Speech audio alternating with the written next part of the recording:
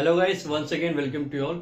दोस्तों, जिस तरीके से अदानी ग्रुप में एक के बाद ताबड़तोड़ प्रहार हो रहे हैं या हमले हो रहे हैं, जिस तरीके से अदानी ग्रुप के शेयर्स कभी अप हो रहे हैं कभी डाउन हो रहे हैं, ऐसे में ये समझना बहुत मुश्किल हो गया कि इस ग्रुप के साथ कंटिन्यूली रहें या इस ग्रुप में आप कंटिन्यूली इन्वेस्टमेंट करें या ना करें।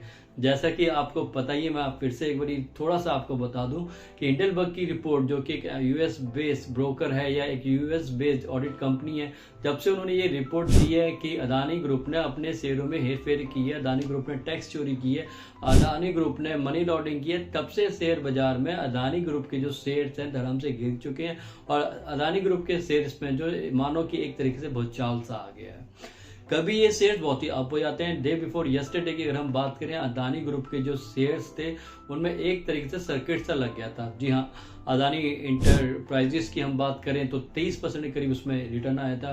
देन अदानी पोर्ट्स की बात करें 9% के करीब उसमें रिटर्न आया था। अदानी चाहे पावर है, विल्मट है, देन एनडीटीवी है, इन सब में 5-5% का उछाल आया था। लेकिन अगेन जैसी कुछ चीजें स्मूथ होने वाली होती है ना अदानी ग्रुप के साथ, मानो कुछ ना कुछ साथ में उसके नेगेटिविटी आ ही जाती है, या विदेशी जो ताकतें हैं वो आज की डेट में ये लगा लीजिए अदानी ग्रुप के पीछे हाथ धो के पड़ गई हैं। अब कुछ लोग ये भी कह रहे हैं कि ये और जो चीजें हो रही हैं, ये माइट भी जो कॉर्पोरेट लेवल पे एक कॉन्स्पिरेसी होती है या गेम होती है, कुछ इस तरीके से जो है अदानी ग्रुप के अगेंस्ट में एक कॉन्स्पिरेसी चल रही है। बिकॉज यार, हो ना हो कहीं ना कहीं कुछ तो होगा। बिकॉज एक हिंदुस्तानी जो वर्ल्ड के टॉप रिचेस्ट लोगों में से 3rd नंबर पे आ जाता है, और अगर अदानी साहब का एफपीओ लेके वो आ रहे थे, अगर वो भी आ जाता तो ना जाने उनकी वेल्थ और कहाँ चली जाती। हो सकता है विदेशी ताकतों को ये सब चीजें पसंद ना हो, क्योंकि अगर आप एक चीज नोट करें, जो अदानी ग्रुप के अगेंस्ट में हिंडलबर्ग की जो रिपोर्ट आई थी वो एफपीओ के जस्ट 2 दिन पहले आई थी। बिकॉज उनका मेन जो टारगेट था अदानी ग्रुप के एफपीओ को अनसक्सेसफुल करना था। लेकिन फिर भी अगर आपको मालूम हो कि एफपीओ जो अदानी ग्रुप का पूरी सोल्ड आउट हुआ था, लेकिन due to some reason Adani group ने जो एफपीओ के पैसे आए थे उसे उन्होंने वापस रिटर्न करने का फैसला कर लिया था। Because they want in the favour of their investor कि उनको मैक्सिमम बेनिफिट हो। लेकिन इन सब अप्स एंड डाउन के बाद, लेकिन फिर कुछ ना कुछ जो रिपोर्ट जो है विदेशी ताकतें कुछ ना कुछ न्यूज चला देती, जिसकी वजह से नेगेटिविटी मार्केट में आ जाती है और अदानी ग्रुप के शेयर जो वो डाउन हो जाते हैं।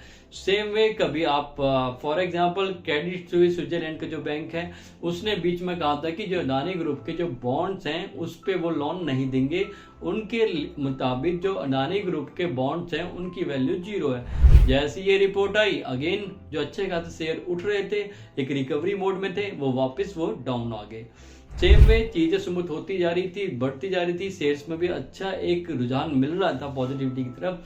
यस्टरडे अगेन नॉर्वे की म्यूचुअल फंड कंपनी जो है उन्होंने अपना एक बयान दे दिया कि वो अदानी ग्रुप से जो भी उनकी इन्वेस्टमेंट है वो धीरे धीरे हटा रहे हैं या निकाल रहे हैं, उनकी जो भी इन्वेस्टमेंट थी।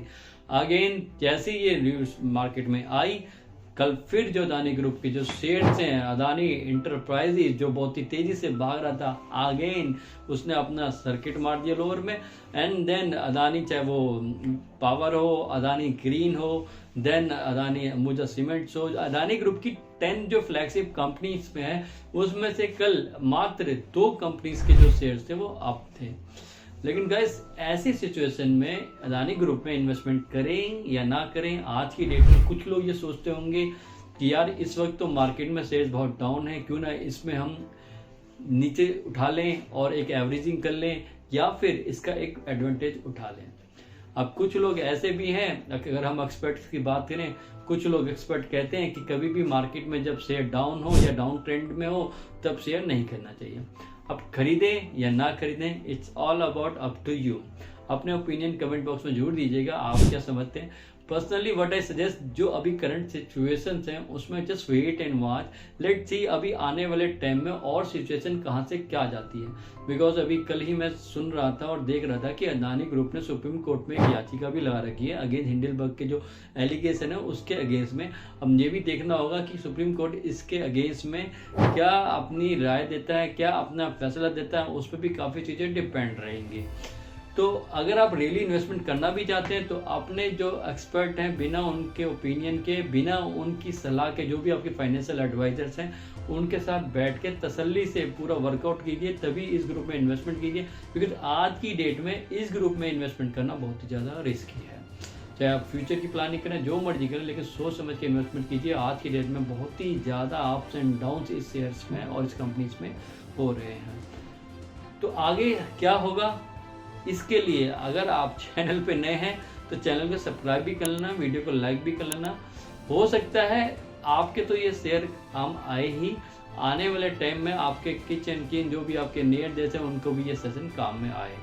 शेयर मार्केट बिजनेस जगत की लेटेस्ट इन्फॉर्मेशन के लिए आप ही चैनल पे नए हैं तो अगेन सब्सक्राइब कर लीजिएगा।